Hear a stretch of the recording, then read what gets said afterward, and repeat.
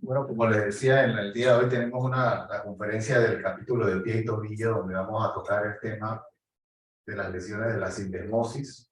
No todo cabe en la bolsa. Nuestro expositor de hoy va a ser el doctor Marcelino González. Marcelino hizo un cambio en su vida, quería ser jugador profesional de béisbol, pero decidió atender a los beisbolistas, ¿no? Y se está dedicando ahora a la cirugía de pie y tobillo. Así que, Marcelino, para que puedas orientarnos sobre este tipo de problemas. Hola, buenas noches a todos. En verdad, agradecido con la oportunidad que me brinda la Sociedad Panameña Ortopedia, ¿no? En compartir con todos en este tema que últimamente está teniendo bastante auge, que es el estudio de la parte de la sindesmosis. Y en verdad que a través de lo que se está dando ahorita mismo, muchas charlas acerca de eso, muchos artículos publicados acerca del manejo de esta parte del tobillo, lo cual nos lleva a concluir, al ver tanta literatura, que no sabemos lo suficiente a la hora de evaluarlo y muchas veces tratar este tipo de pacientes. Como dice el título, no todo cabe en la misma bolsa. A veces decimos, tiene una sindesmosis, pon un tornillo, no pasa nada. Pero en verdad sí pueden pasar muchas cosas que estaremos viendo a lo largo de la presentación.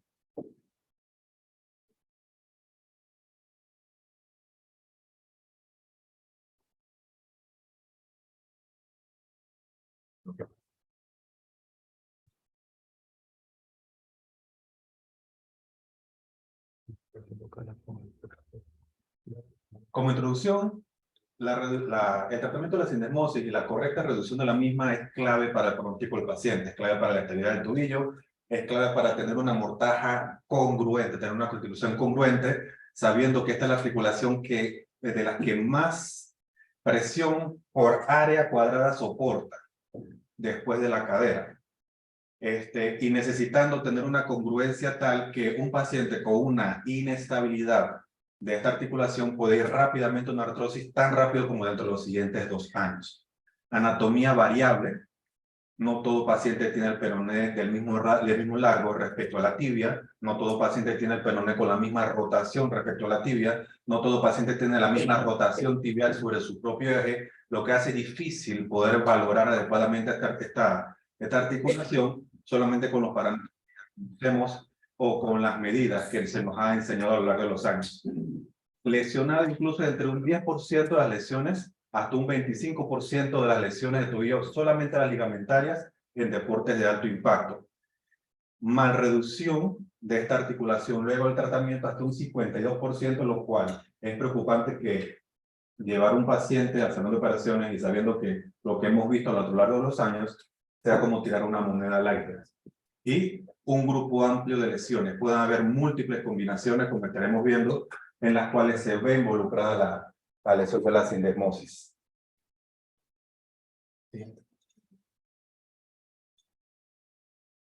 Para continuar, vamos a estar viendo un poquito de la anatomía. Ligamento tibio peroneo anterior inferior.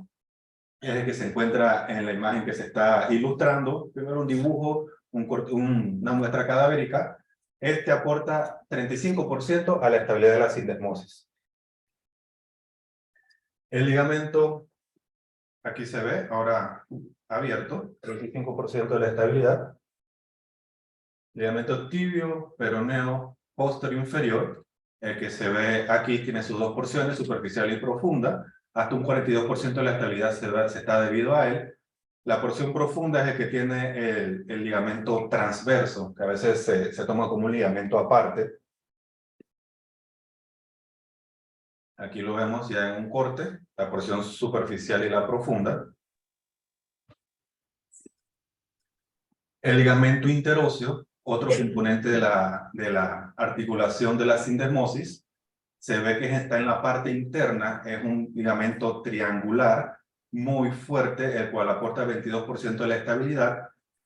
En la suma de los 3 ligamentos, de los 3 complejos ligamentarios, no da 100%, ya que también parte de la estabilidad se la da la congruencia que tiene el peroné en la incisura o en la espotadura de la tibia para parte también se da por los ligamentos que estabilizan desde abajo y parte por la membrana interosa, que es el cuarto componente de la articulación o de la sindesmosis. Química. Clínica tenemos un paciente de dolor difuso, edema persistente, sensación de inestabilidad. Hay estudios que se han puesto a revisar cuáles de los signos son de los que más sensibilidad y especificidad tienen. Se tomaron 20 pacientes con lesión de sindesmosis, en los cuales la palpación anterior de la articulación, eso es un poquito arriba de donde está la línea articular, 18 a 20 pacientes fueron positivos, rotación externa, estabilizando la pierna y rotando externamente el pie. 3, squeeze TED, que es cuando apretamos el peroné contra la tibia y puede provocar un dolor a nivel de la sindesmosis, 2 de 20. También tenemos el test de salto, el cual se sube el paciente a un banquito y se le pide que se tire, un banquito pequeño, 20 pulgadas, se tire. El paciente puede realizar esto con dolor, se habla de una lesión de la sindesmosis, debe ser en el lugar. Test de estabilización en el cual se utiliza espadadrapo o tape alrededor de la articulación, se enrolla con cierta tensión y se le pide al paciente que camine a ver si de esa forma mejoran los síntomas. Si mejoran, este es positivo. Desde traslación, un poco difícil de realizarse, que es tomar el peroné y moverlo hacia adelante y hacia atrás, y hacerlo con el contralateral tratando de notar aumento de esta movilización, y el test de Cotton que se utiliza transoperatoriamente. Hay otros test que hay, como es el test de colocar el tobillo contra en la rodilla, a ver si de esta forma, haciendo una combinación de squeeze test y test por gravedad, el paciente puede presentar el dolor a nivel de la articulación. En las imágenes de la radiografía primera línea, tenemos varias proyecciones en la mortaja, el espacio claro tibio peroneo, menor de 6 milímetros, y la super tibio peronea más o menos 1 milímetro.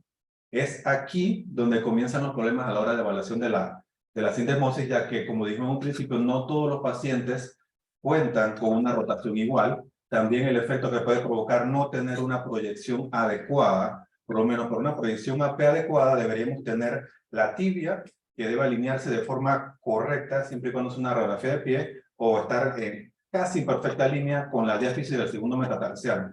De no contar con esto, en una proyección AP de pie, no estaríamos viendo la proyección estandarizada para hacer las medidas. Ahora, sabemos que los pacientes con sindesmosis rara vez, sobre todo si es aguda, van a poder tomarse una radiografía de pie para estar acostados, lo cual nos limita un poco y nos hace depender de la posición que le coloque el licenciado o la persona que esté realizando las radiografías.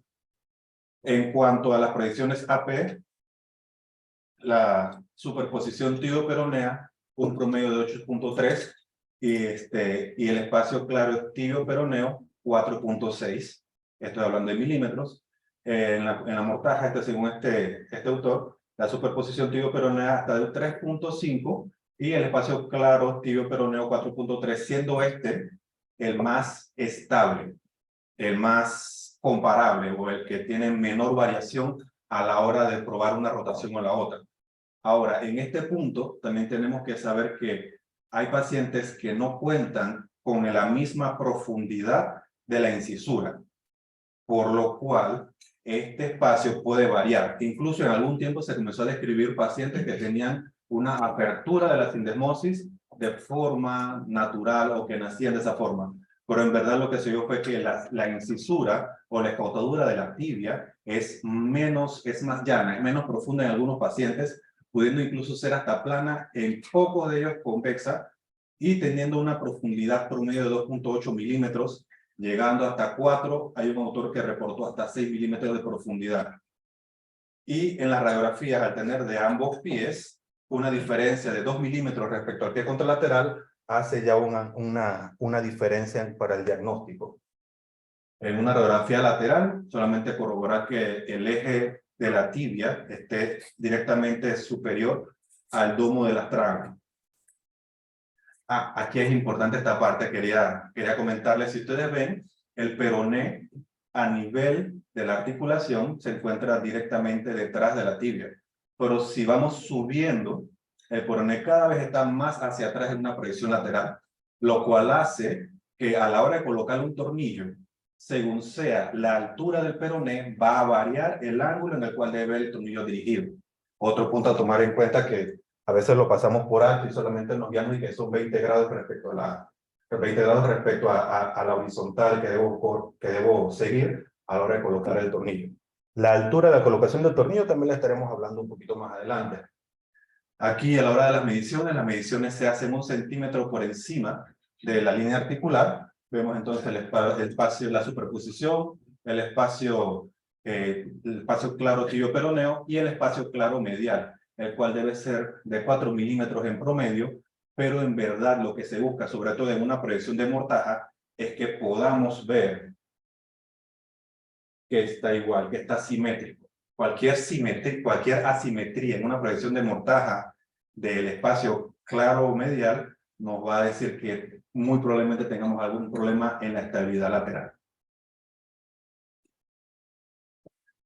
Otras mediciones que se hacen, el ángulo talocrural, promedio más o menos 82 más o menos 4, lo cual nos da la longitud del peroné, muy importante a la hora de para evaluar si tenemos un peroné estable, que el peroné no vaya a tener menor de ese promedio o al menos no se desvíe más allá de más o menos 4.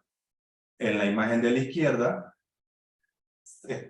cuando notamos o buscamos una proyección de mortaja, vemos que al seguir la línea articular,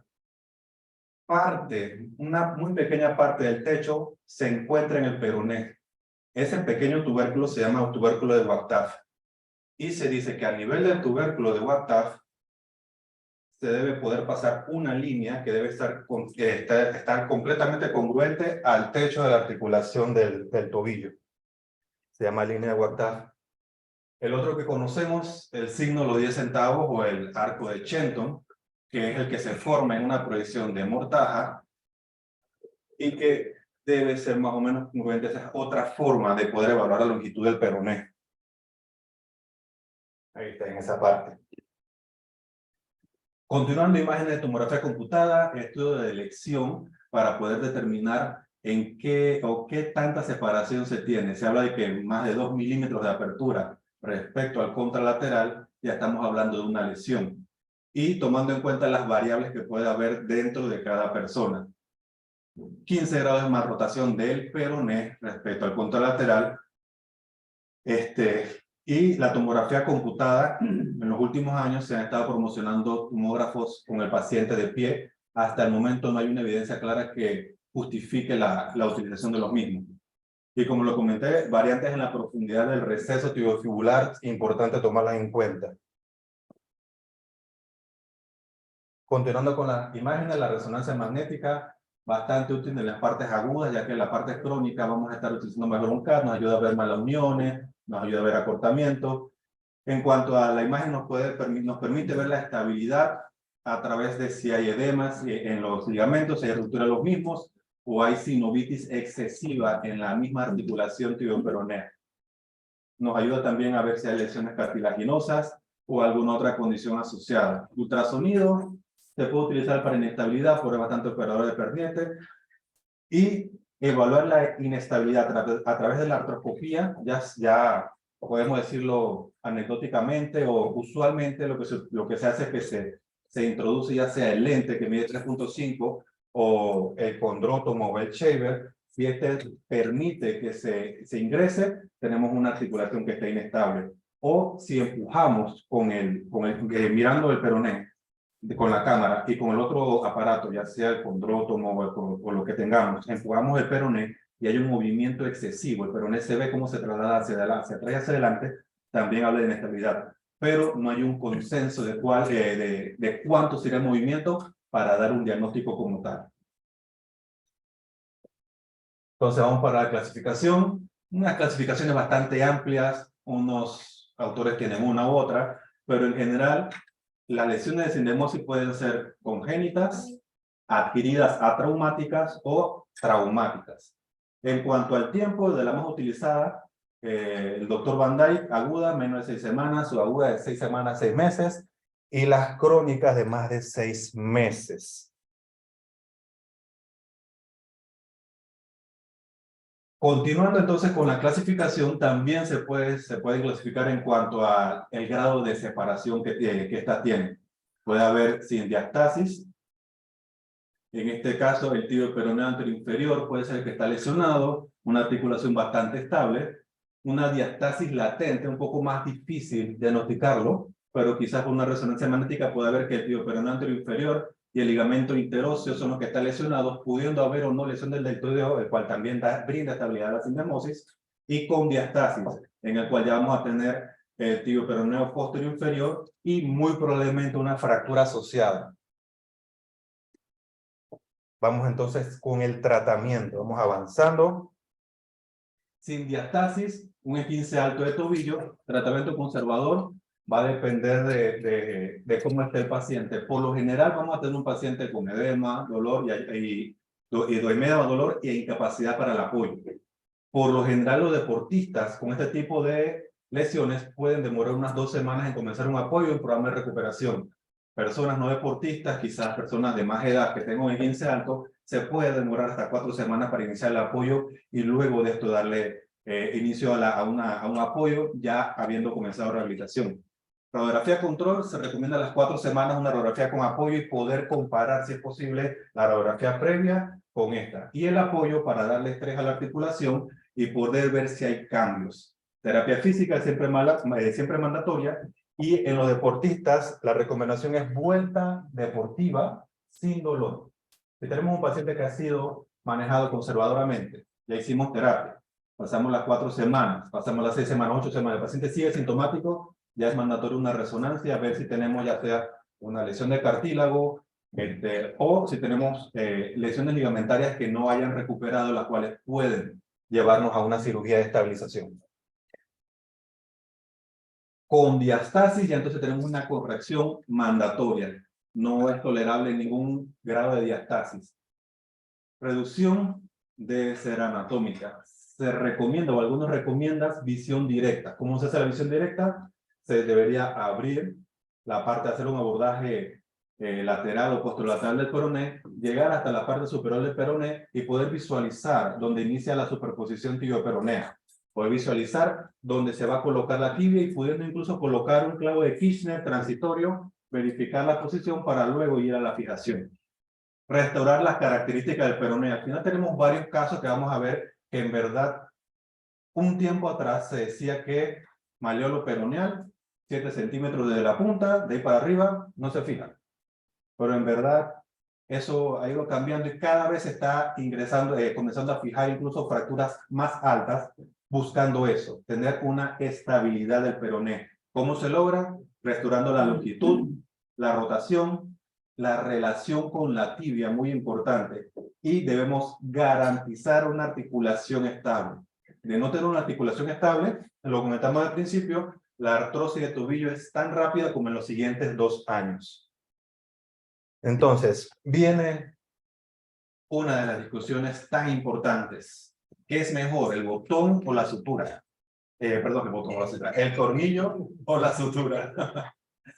Tornillo ya lo conocemos, por lo general tornillos corticales, aunque muchas veces en nuestras instituciones no tenemos tornillo cortical tan largo y tenemos que usar un tornillo de esponjosa, un tornillo 4-0, y también va bastante bien, o hace su trabajo, mantiene la reducción, pero comparándolo con el sistema dinámico, el sistema dinámico ofrece, permite que el peroné se mueva. Sabemos que el peroné no es fijo, el peroné hace movimiento de rotación, hace movimiento de pistoneo y hace apertura según sea la posición del talo dentro de la mortaja. Permite eso, hay menor incidencia en cuanto a retiro, menor necesidad de retiro. Y también estos pacientes que tengan este tipo de fijación suelen tener una recuperación más rápida. Muchas veces cuando tenemos tornillos corticales, a veces metemos el tornillo, vemos que el paciente quizás no tenga la mayor calidad de hueso y esperamos un poco más. Por estos pacientes con sistema de sindesmosis pueden apoyar tan temprano, incluso 2 semanas, según el grado de lesión que se tuvo. Incluso a las siguientes 2 semanas puede iniciar un apoyo. Discusiones que hay en el tornillo. 3 corticales, 4 corticales. Una de las diferencias, 4 corticales se asocia más a sinostosis, 3 corticales se asocia más a aflojamiento, apoyo temprano con el tornillo se asocia más a aflojamiento, incluso pacientes, hay reportes de pacientes que han apoyado 6 semanas después y han presentado aflojamiento. no reporta si el tornillo estaba bien colocado, si utiliza un cat control para verificar la colocación del mismo, lo cual da que pensar. En cuanto al botón, cuestionamiento que se le da al botón, un solo botón me da suficiente estabilidad, tengo que usar 2 botones, el botón me da suficiente estabilidad si tengo una fractura alta del peroné, el botón me da suficiente estabilidad para mantener una longitud del peroné, cosas que hacen que el botón no se vuelva un gold standard del todo, sino sea un arma más a la hora de estabilizar este tipo de lesiones, no perdiendo su vigencia la utilización del tornillo. Ahora, los tubérculos de la tibia, tanto anterior como posterior, Borgman, Tilox, ya los conocemos. Muchas veces hemos escuchado, no te preocupes por el malleolo posterior, tiene mucho menos del 25%, no pasa nada. Pero, si no reducimos adecuadamente ese 25% a la hora de colocar el tornillo, el peroné puede que no quede en la posición adecuada. Por lo cual, la restauración anatómica de estos tubérculos se está volviendo casi mandatoria al tener este tipo de lesiones, para garantizar de esa forma la correcta posición del peroné. Y quizás este es uno de los puntos de más cuidado, lo cual ha llevado que muchos malleolos posteriores, que antes, déjalo tranquilo, no pasa nada, ya he hecho mucho de eso, déjalo así, eso le va bien, déjalo así, dale, ponme el tornillo y ya. Se ha cambiado un poco la forma de pensar y está comenzando a fijar cada vez más. Ahora, hay malleolos posteriores, algunos autores hablan de que el malleolo posterior manda CAT, malleolo posterior, hazle un CAT, para verificar qué tipo de malleolo posterior hay. Hay malleolos posteriores como este, que es un fragmento, pero también tenemos malleolos posteriores que son como que se le dice la cáscara, que es una cáscara, que incluso pueden extenderse hasta hacia la parte posterior del malleolo medial. Eso sí, difícil de fijar, pero ese tipo no nos estaría comprometiendo tanto la congruencia de la incisura. Por lo cual, entonces, en ese caso, ahorita tenemos un caso así también, vamos a estar viéndolo, podemos jugarnos solamente con la estabilización sin desmarque. Otro punto, par de artículos salieron en algún momento hace un par de años, en los cuales decían, cuando hay una fractura que se afecta a la sindesmosis y hay un malleolo posterior, tú fijas el malleolo posterior y con eso estás reparando la sindesmosis, porque es el más fuerte, pero solamente estás restaurando el 42% de la estabilidad de la articulación, por lo cual un malleolo posterior fijado no nos quita la necesidad de fijar también la sindesmosis, la articulación tibio-peronea distal. Algo de las lesiones crónicas, por lo general asociada a fractura, por lo general hay una malrotación, hay un acortamiento, muchas veces asociada a colocación del MOS, puede haber sinostosis y una artrosis temprana. ¿Recuerdan lo que les comenté del tubérculo de Guatá? Aquí se ve que no está del todo ahí, y quizás este es uno de los casos en los cuales el paciente tiene conminución del peroné a nivel de la sindesmosis, que ese es otro lío, que ahí tengo también unos casos que como que todos los casos me llegaron para poder presentarlos hoy, de conminución de la peroné a ese nivel. A la hora de evaluar la colocación de los tornillos, se recomienda que se coloquen de 1.5 centímetros hasta 2.5 centímetros, midiendo desde la articulación de la tibia hacia proximal. En este caso es un paciente que él jugaba fútbol americano, jugaba rugby, un Masonet, en el cual no había compromiso ni acortamiento de arriba, y lo que se decidió, ya que en ese momento no contamos con sistema de fijación dinámica, fue colocarle 2 tornillos. Si ven, esta proyección es la P, perfecto. La proyección lateral no es una lateral verdadera. En verdad, en esa proyección lateral, lo que estamos buscando es que el peroné se encuentre exactamente detrás de la tibia. Si tenemos el peroné exactamente detrás de la tibia, sabemos que esa es la dirección que tenemos para que esté correctamente la incisura, y de esa forma colocamos los tornillos. Esta es la P de ese paciente, esa es la lateral de ese paciente. A veces, o en un principio se pensaba que es más fácil con un sistema de fijación dinámica, ya que tú pones la guía y buscas esa proyección y ves hacia dónde está. Pero también se puede hacer con los tornillos. ¿Cómo hago? Coloco la broca, busco mi proyección, mi AP, verifico que vaya preferiblemente paralelo a la articulación, y entonces le pido al joven del arco, dame una lateral, y en la lateral coloco el peroné detrás de la tibia y busco que la broca me quede en esa dirección. Si todo está bien, no hay ningún problema. Preferiblemente, al colocar la broca en esa dirección o al hacer este tipo de medición, pasar la guía solamente hasta el peroné, no llegar hasta la tibia.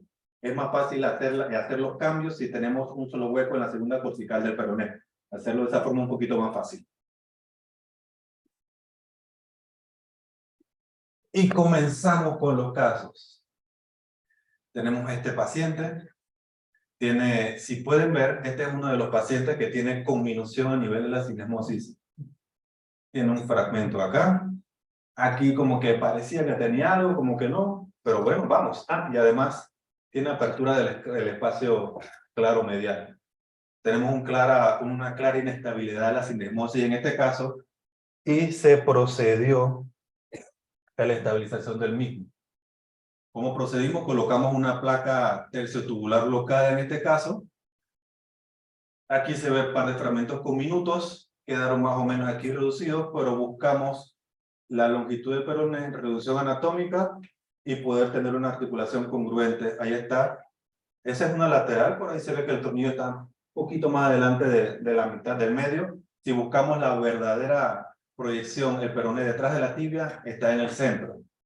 Y es una placa que tuvimos que moldear un poco por la forma del peroné. Eso es algo que podemos hacer. Una placa bloqueada no la pueden moldear un poco según la forma del peroné.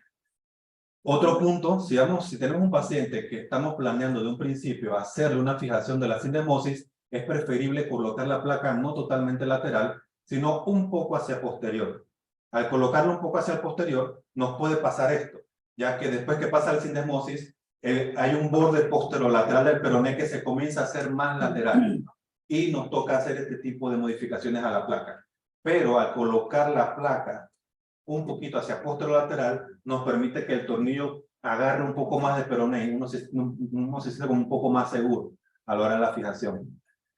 Si ven, la combinación de este paciente no solamente era aquí, también tiene un poco de combinación hacia acá arriba, pero con la placa bloqueada pudimos obtener este resultado. Entonces, tenemos este paciente. Este paciente es un poquito true. Este es una joven, 18 años, futbolista. En una jugada, una amiga la pateó. Y le fracturó. Pero esta es una lesión de peroné alta. Una amiga. Este juega con sus amigos. Una lesión de peroné alta. Si ven, no se ve aumento de los tejidos blandos. La paciente estaba totalmente asintomática a este nivel. No hay alteración de los espacios. Esta proyección es para recordar que no solamente influye la radiografía, también parte de la clínica. Un paciente con una lesión de sinesmosis le duele la sinesmosis. Un paciente con una fractura alta del peroné, no por tenerla significa que va a tener una alteración en la estabilidad de la sinesmosis. Continuamos. Después de los casos vamos a tener un espacio para preguntas. Pero tenemos este caso. Miren, en este caso tenemos, antes de ver para allá, vemos para acá, tenemos una fractura multifragmentaria de tercio medio de peroné, fractura de malleolo medial y una inestabilidad evidente de la sinesmosis. Este fue un caso un poco difícil, la verdad. Por lo general uno trata de fijar primero el peroné. Entonces, nos fue imposible. Si ven el ancho de la pierna de la paciente, tiene una herida bastante amplia. Y tratamos de fijarlo, lo cual no fue imposible. Entonces, tuvimos la suficiente flexibilidad de mente y comenzamos al revés. ¿Qué hicimos? Entonces, vinimos al malleolo medial, el cual sabíamos que podíamos reducirlo de forma anatómica. Reducimos ese y a partir del malleolo medial comenzamos a armar hacia atrás. Vinimos, malleolo medial, agarramos el peroné con una pinza de campo, una pinza de reducción y lo comenzamos a traccionar. La forma como uno reduce este tipo de fracturas, digamos que tuviera una fractura que me inestabiliza, pero a este nivel. A este nivel sabemos que pasa el nervio peroneo común, el cual no queremos meternos con él. Por lo tanto, si tengo una fractura a este nivel con minuta, lo que me acorta el peroné o me compromete la estabilidad, lo que yo hago entonces, lo que hicimos en ese caso, ya fijando acá, traccionamos el peroné y con el arco en C vamos jugando con él. Lo tracciono, lo agarro bien, lo tracciono, da mi imagen, comienzo a ver la longitud. Ahí la longitud está bien, ok, se ve bien. Como una mortaja ahí, déjame ver la Quecheton, me falta un poquito, comienzo a jugar con una rotación y puedo pasarle 1 o 2 Kirchner, en este caso pusimos 2 Kirchner, para una fijación transitoria y vuelvo a pedir imágenes. Poco más difícil, poco más trabajosa la fijación, pero si no tenemos una forma como estabilizar el peroné ahí arriba, es la forma que nos queda. En este caso hicimos eso. Cuando fuimos a pedir las imágenes acá, miramos hacia arriba y el peroné estaba bastante bien y le colocamos una plaquita, lo que nos ayuda a estabilizar. Al tener esa estabilidad ahí arriba, nos atrevimos a colocar 2 sistemas de sindesmosis. Ella juega fútbol americano, ella es línea, entonces le pusimos sus 2 sistemas de sindesmosis. Si yo no hubiera podido estabilizar adecuadamente el peroné o garantizar la longitud, quizá yo no me hubiera ido por una sindesmosis, por un sistema dinámico, sino por 1 o 2 tornillos para tratar de frenar ese pistoneo, ya que el sistema de sindesmosis por sí no me garantiza que me va a disminuir ese movimiento o que el peroné se lo vaya a cortar debido a falta de fijación proximal. Tenemos este paciente, 41 años, pero no hace mucho.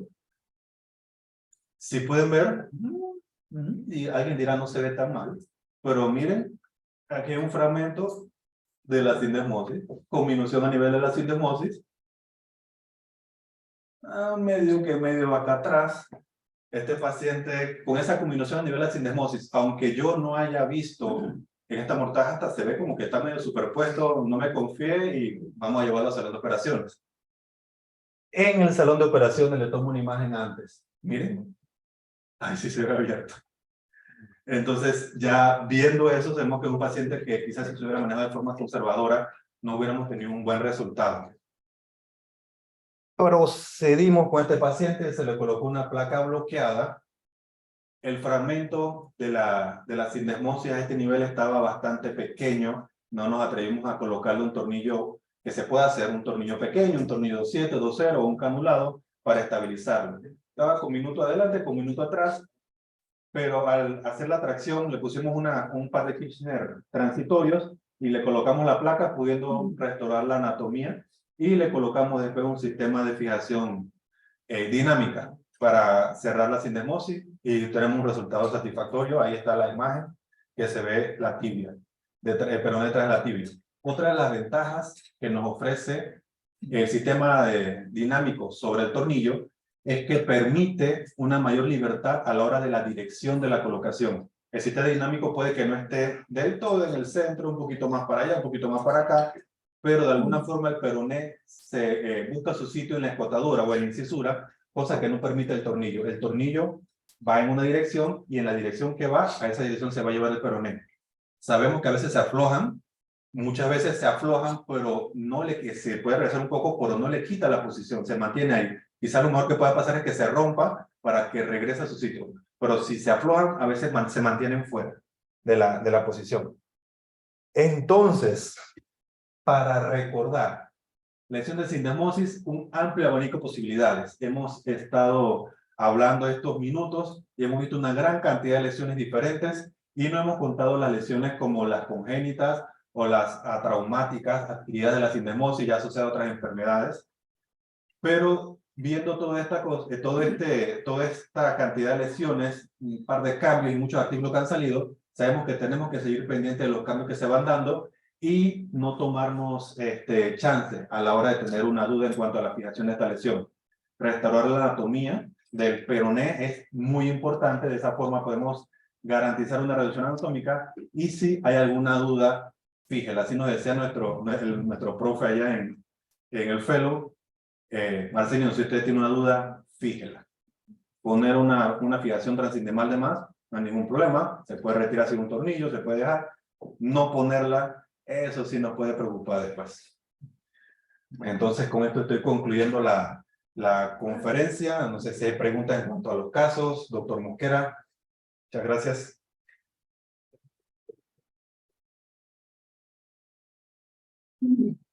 No sé si tienen alguna pregunta.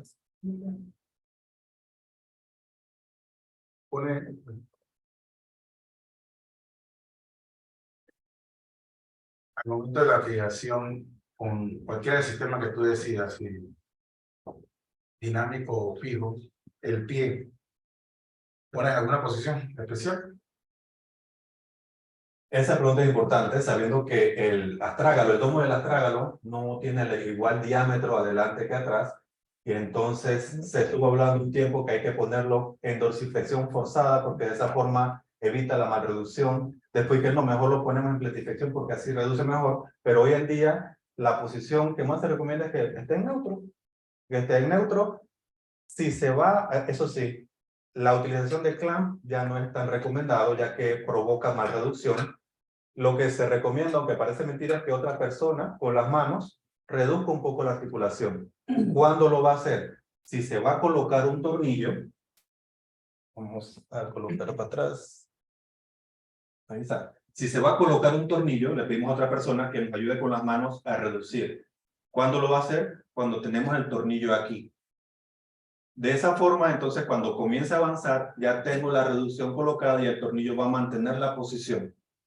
Muchas veces nos pasa que vamos colocando el tornillo y el tornillo quizás de este lado no encuentra el hueco del todo y yo meto el tornillo y el tornillo me empuja un poco hacia afuera del peroné y voy avanzando y el tornillo quedó por acá, ya está fijo, un tornillo de posición y el peroné me queda abierto.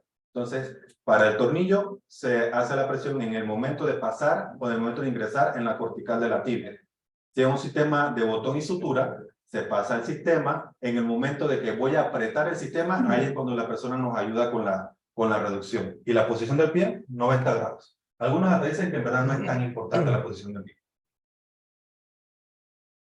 Yo lo dejo neutro y me guío para el otro pie, ¿no? Esa es o sea, como me mande la anatomía en ese momento, para afinar.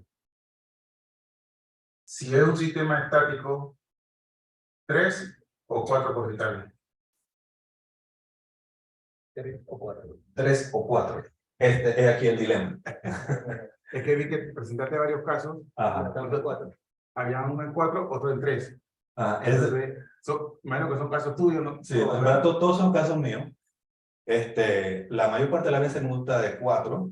Lastimosamente, a veces en las instituciones nuestras no contamos con tornillos del tamaño que uno quisiera, y hay de 3. Ventajas de 3 o de 4, han estudios comparativos. La verdad, a largo plazo no hay una gran diferencia. Lo que sí hay diferencia es en la incidencia de sinostosis tibioperoneal distal levemente mayor en pacientes que tengan tornillos con 4 corticales.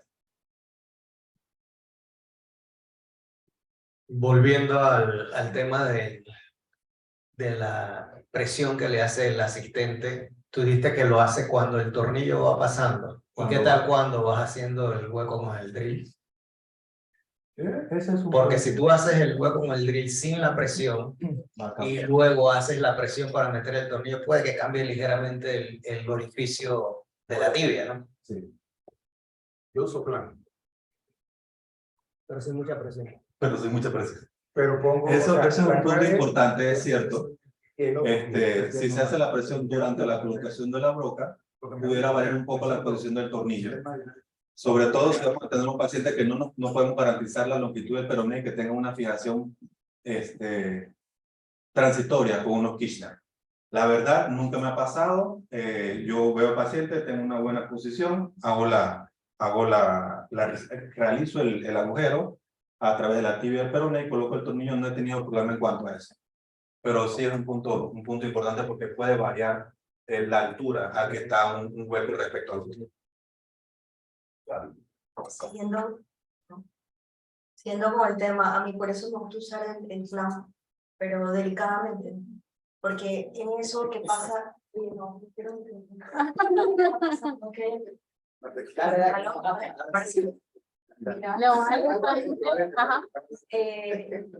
en ese tema de cuando uno va haciendo la reducción y pasando la broca, lo que uno acomoda el pie, el asistente en lo que uno verifica que está colocando en el tornillo se suelta, vuelve y se pone, la presión varía, entonces se cansa el asistente. Entonces yo prefiero mantener la pieza y que el asistente simplemente me mantenga el pie en 90.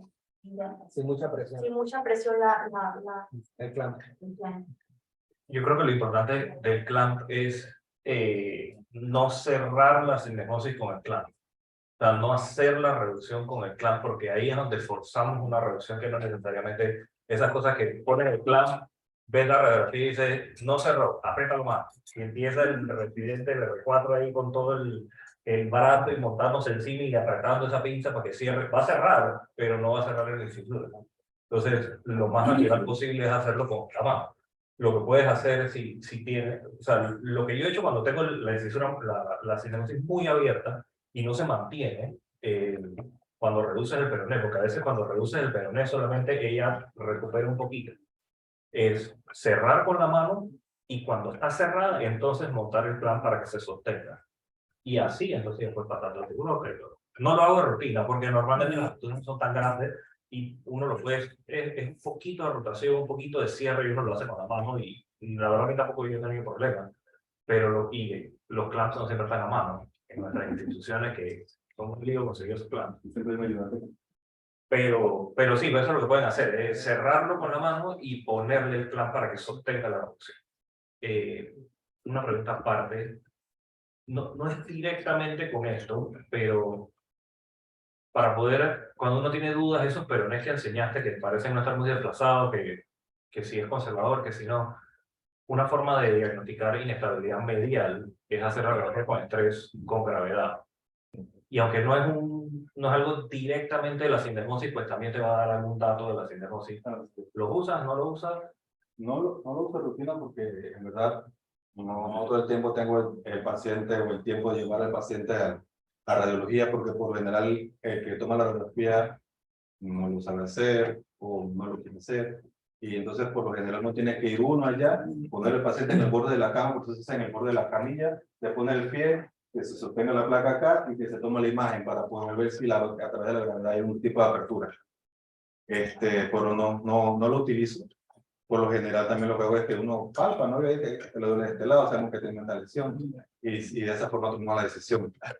En cuanto a si fijamos el peroné y tenemos una fijación del peroné y fijando el peroné relativamente anatómico, no tenemos una restauración del mismo, es probable que la fijación no haya sido adecuada, quizás en longitud o rotación, sabiendo que la parte del instituto, la parte final, donde está ya la caries articular, porque el peroné y la tibia se encuentran a través del ligamento interóseo y esa parte no tiene cartílago. Al final de la tibia, ya más o menos a este nivel, comienza lo de cartílago, y ese cartílago no es que articule completamente con el peroné, es muy poco lo que está en contacto, así que más que todo es ligamento y hueso, y este nivel es más o menos triangular. Entonces, si la rotación está adecuada, no está en su punto, lo que vamos a tener es un peroné que está así, que no reduce el todo, o que está para atrás, que no reduce el todo. Tratar de lograr una reducción anatómica acá arriba es la mejor forma de garantizar una buena estabilidad acá abajo. Voy a seguir con mi pelea de campo. Ok, yo sé que lo ideal, porque en el mundo ideal operamos el tobillo a primeras 48 horas. Pero pues muchos de los que estamos aquí no vivimos en el mundo ideal y nos toca operar el tobillo de 2 o 3 semanas. Entonces, cuando tú vas a hacer la reducción de la sindesmosis, no es tan sencillo poder hacerlo solamente con las manos. Entonces, yo no sé si a ustedes les ha pasado, obviamente, no sé, si en esos casos se usan. Quiero ser tanto. En estos casos que uno sabe que está así, no, pero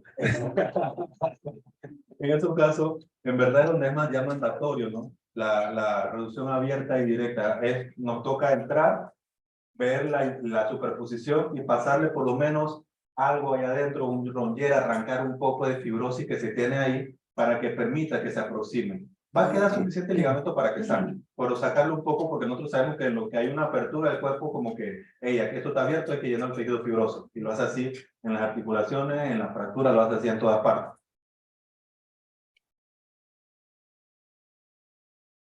Luego felicitarte, Marcelino, y un comentario. Creo que en los últimos 15 años ha sido bueno que haya subespecialistas.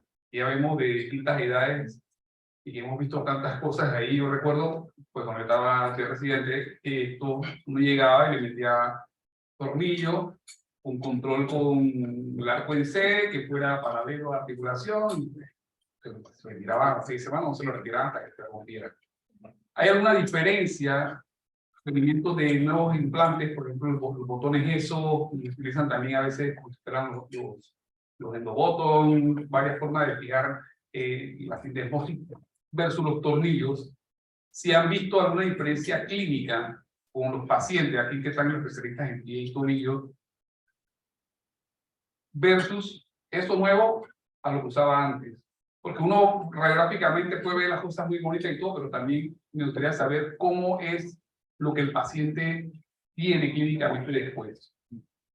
Ahí presentaste una lesión mencioné, José Elías estaba presente cuando yo me lesioné en el 2016 el tobillo, y yo me recuerdo, me tomaron radiografía, me hicieron resonancia magnética, salió una página de cosas de lesiones, andaba todo el mundo detrás mío para operarme, yo no me operé, y a mí no me molesta absolutamente para nada el tobillo. Tenía lesión, una fractura proximal del peroné y todo, sin desmosis, todos los ligamentos que mencionaste ahí, lo tenía lesionado, y yo al final, como buen ortopeda, decidí no operarme, obviamente, ¿no? Por eso le digo, a veces lo que hacemos y a veces uno tiene que centrarse también en la parte de lo que uno realmente va a ganar con la cirugía. Un hélice de tobillo sencillo puede lastimarla sin desmosis. Y de repente se nos pasa y de repente uno ve las radiografías y empieza a medir todos los ángulos, estas cosas, y no necesariamente hay que fijarlo. Cuando yo estaba en la residencia y hasta cuando estuve como especialista en el complejo, pues digamos las fracturas de tobillo, las hacíamos residentes, y uno realmente no le presta tanto cuidado. Ahora que hay subespecialistas, que aquí hay 4 o 5 de tobillo, obviamente ya ustedes, con quienes uno le busca la quinta pata al gato, porque han estudiado tanto, y estudian tanto que a uno, mencionaste un tubérculo que yo en mi vida lo había escuchado, obviamente.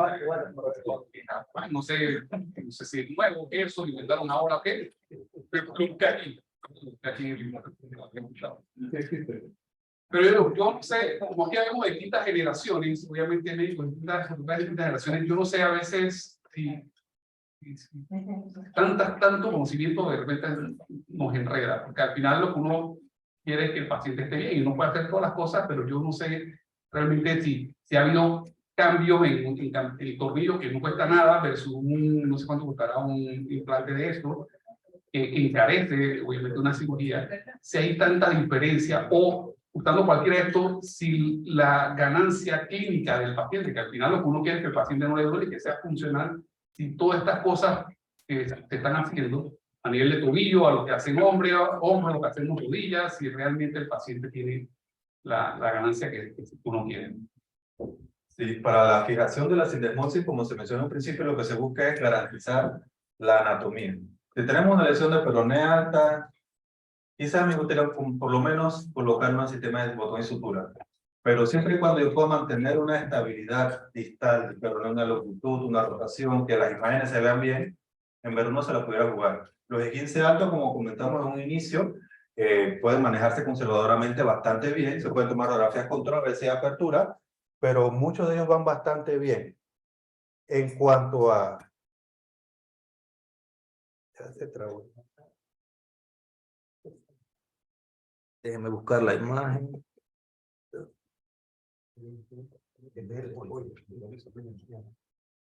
Entonces, se habla de ventajas en cuanto a la incidencia o la disminución en la incidencia de malos resultados.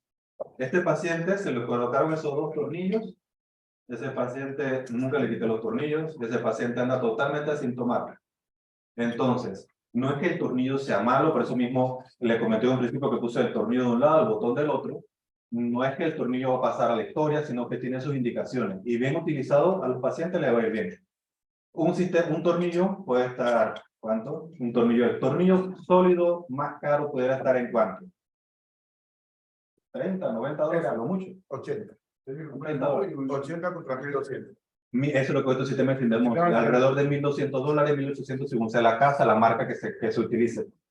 El sistema de sindesmosis encarece, pero digamos así, nos permite disminuir la tasa de errores o complicaciones a largo plazo. Un tornillo bien colocado, el paciente va a tener buen resultado. Así no lo saquemos. El problema es colocarlo bien.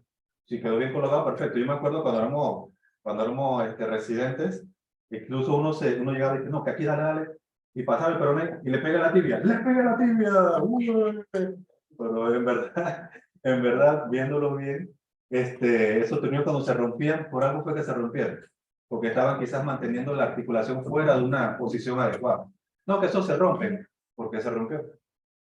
Entonces, la pregunta es válida. Si lo estamos encareciendo, se encarece un poco, pero está disminuyendo la tasa de complicaciones que se pueden presentar por una colocación quizás, por no tener la mejor colocación del tornillo.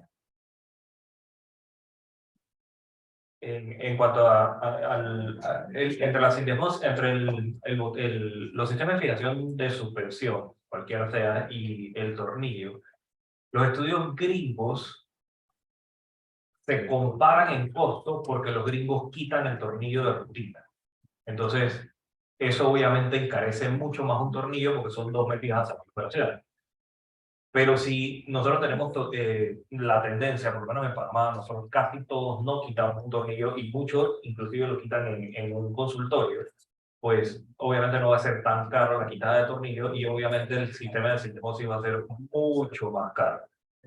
Ventajas que yo le veo al sistema de sindesmosis son, como dice Marcelino, hay algunos estudios nuevos que están diciendo, cadavéricos principalmente, que es más difícil, aunque lo pongas mal, que quede mal reducido la sindesmosis, porque cuando uno aprieta la sutura, el peroné busca su lugar. Entonces es mucho más difícil, aunque la dirección no sea adecuada, que quede mal reducida la sindesmosis. Entonces es más difícil hacer daño. Esa es la gran ventaja que tiene el sistema de fijación de suspensión versus un tornillo. El tornillo sí tiene que ser exacto para que no quede mal reducido. ¿Y qué tiempo uno es el tiempo apropiado para hacer una fijación, una sindesmosis? Porque ya Gabriela lo mencionó, los pacientes, imagino que en Colón y el complejo, imagino que no sé cuántas terminan para operar un tobillo. El tiempo, porque si pasa un tiempo, 2 o 3 semanas, ¿qué pasa en ese espacio? ¿Qué pasa con el tejido, la biología, lo que está pasando ahí a la hora de querer reducir? Es lo que hablaba Marcelino, cuando ya ha pasado algún tiempo y uno está teniendo dificultad, que no cierra fácil, la sindesmosis uno debe entrar, debe abrir la sindesmosis en la parte anterior de la tibia, uno abre el retináculo extensor, abre uno todo el espacio entre la tibia y el peroné, y ahí uno mete un Rollinger y saca el tejido que hay ahí para poder que la reduzca fácil. Debajo de la misma sindesmosis, ahí uno se mete con un Rollinger pequeño y le saca. Si tiene la habilidad o la facilidad, se puede hacer artroscópico también. No es tan fácil. Pero digo, en la literatura los grandes artroscopistas de tobillo lo hacen. Lo limpian, se meten en la sindesmosis y lo limpian con Shaver. Yo la única vez que lo he tratado de hacer, de todos modos tuve que meter Roger porque no cerraba. Cuando metí el Roger y saqué todo, entonces se cerró la sindesmosis. O sea, no es cuando ya tienes mucho tiempo, cuando son subagudas, como dijo Marcelino en la clasificación de Van Dyke, que él habla hasta 6 meses, uno le puede poner una fijación primaria y en teoría sirve. Ya después de eso hay que hacer reconstrucciones que las hacen con plantar de grado, o con isquio o lo que sea. Pero eso es mucho más complejo, ¿no? Yo sinceramente, en Maisonet, me gusta la idea de mezclar los sistemas, porque me aseguro que con un Maisonet arriba fracturado, a veces es más difícil lograr la reducción. Entonces, y fijar un peroné bien proximal es algo riesgoso, y si nada más es una rotación, lo que tengo abajo no es que está muy acortado, voy a tratar de reducirlo con una pinza, como mencionaba Marcelino. Uno lo fija con un botón, el botón te va a dar una reducción de la sindesmosis más natural, que es más difícil fallar, y una vez está reducida, para terminar de darle la compresión, le pongo el tornillo de segunda. Entonces tengo la fijación que me va a corregir el plano coronal, o sea que no va a tener nada de traslación hacia arriba de acortamiento con el tornillo, pero al mismo tiempo estoy asegurando mi reducción un poquito más, o sea, previendo que si yo me equivoco en la dirección, no la va a quedar mal reducida con un botón. Y si ese es su ángulo crónico y ven en la radiografía, ¿cuál es el criterio para operar? Que le duela. Que le duela. Sobre todo pacientes que tengan el crónico, inestabilidad, e incluso sin diastasis. Hay informes y reportes de 6 meses, 8 meses con diastasis, de hacer artroscopía, lo cierra y con buenos resultados. Sobre todo con dolor. Que tenga un dolor. Un paciente con dolor, doctor, no se me quita el dolor. ¿Y dónde es tu dolor? aquí, y ellos mismos se tocan en la parte superior del tobillo. No dicen, no, que es acá abajo, no, pero el esguince es aquí abajo, pero doctor, a mí me duele aquí arriba. Eso habla de la parte de la sindesmosis. Uno sabe clínicamente que ese es el problema, pero también la parte de los seguros muchas veces piden la resonancia, ¿no? Para que aprueben los procedimientos. Si sabe como la mía, basta con cerrar la Sí, sobre todo si no hay una diastasis. Por lo general, estas clónicas, si no hay una diastasis como tal, puede utilizarse un sistema de botón y sutura. Es suficiente. Siempre y cuando esta lesión crónica sea debido a una lesión ligamentaria pura, no debe haber ningún problema. Ahora, si tenemos una lesión, una apertura o una lesión sindesmal crónica debido a una mala unión del peroné, ahí sí va a tocar llevar a hacer osteotomía de peroné, osteotomía de alargamiento. Vamos a ver cómo está esa incisura, limpiarla para después buscar una reducción. Y en ese caso, según como me queda la fijación acá arriba, quizás yo prefiera colocarle un tornillo. Lo que habla Octavio son unos estudios que hay en jugadores de fútbol americano, en los cuales cuando tienen estas lesiones le colocan doble implante, botón y sutura y tornillo, y después le retiran el tornillo dejando en el sistema de botón y sutura colocado. No sé si tienen alguna otra pregunta.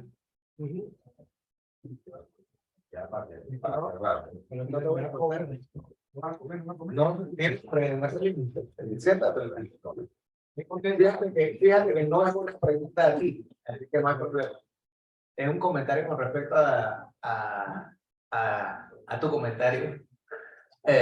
Y fíjate que lo que has dicho es que el sistema de suspensión nos permite errar. O sea, no depende ya tanto de tu habilidad, sino que aunque no seas muy hábil, va a quedar más o menos bien. Ese es el concepto.